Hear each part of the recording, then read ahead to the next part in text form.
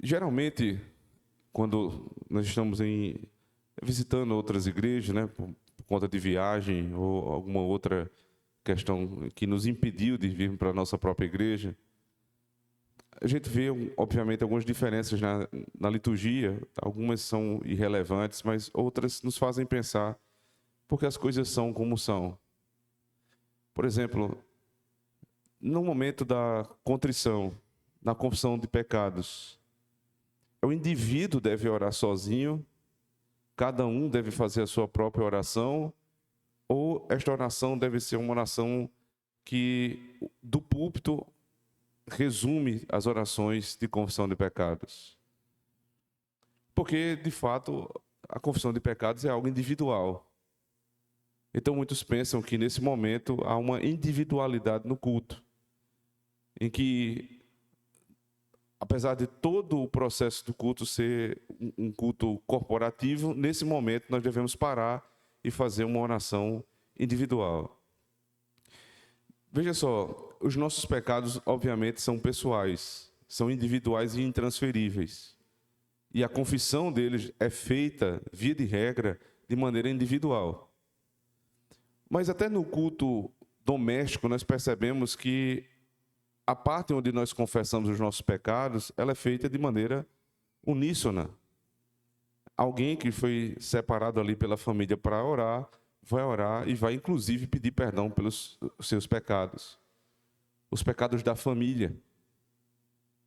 Nós lemos, por exemplo, que quando Jó orava pelos seus filhos, ele pedia perdão dos pecados dos filhos. E os filhos concordavam com isto. Logo, não há uma impossibilidade nesse ponto. E quando nós nos referimos ao culto público, devemos nos lembrar que tudo o que fazemos aqui é de maneira corporativa. Por isso, expressões individuais devem ser contidas.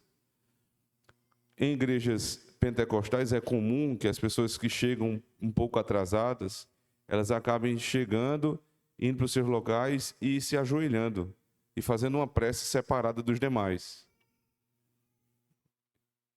Provavelmente não fazem por maldade, mas fazem pelo desconhecimento da natureza do culto público.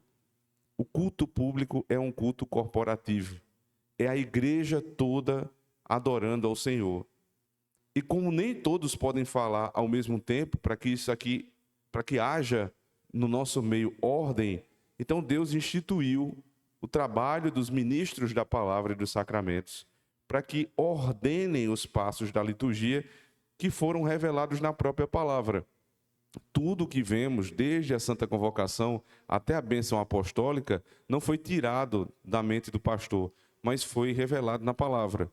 O trabalho do pastor é ordenar isso numa liturgia lógica e não somente ordenar, mas coordenar as ações da igreja toda. Mas quem adora é a igreja. Dessa maneira, entendendo o culto pactual como um diálogo entre Deus, que nos chama, nos convoca para a adoração, e o seu povo, de maneira uníssona, falando com ele, não faz sentido que no momento da confissão dos nossos pecados, isso seja feito de maneira particular.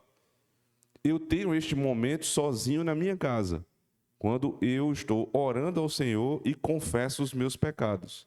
Porém, quando eu estou ou no culto doméstico ou no culto público, isto é feito pelo dirigente do culto.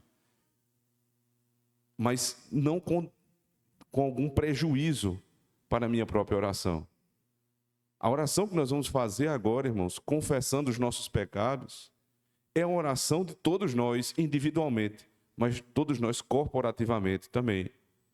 Nós oramos pelos nossos pecados e nos unimos aos demais irmãos da igreja, pedindo, suplicando ao Senhor o perdão dos nossos pecados.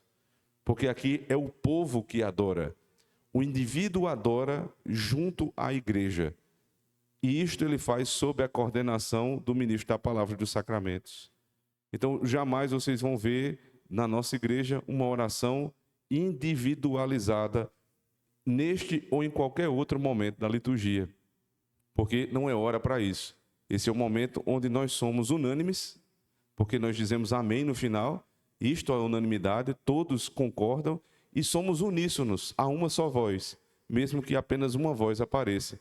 o fato de estarmos orando juntos, nós estamos dizendo: Senhor, todos nós somos pecadores, cada um com seus pecados individuais, que vão ser confessados em outro momento nas nossas casas, mas confessamos que não há um sequer no nosso meio que mereça estar nesse lugar. Por isso pedimos perdão pelos nossos pecados.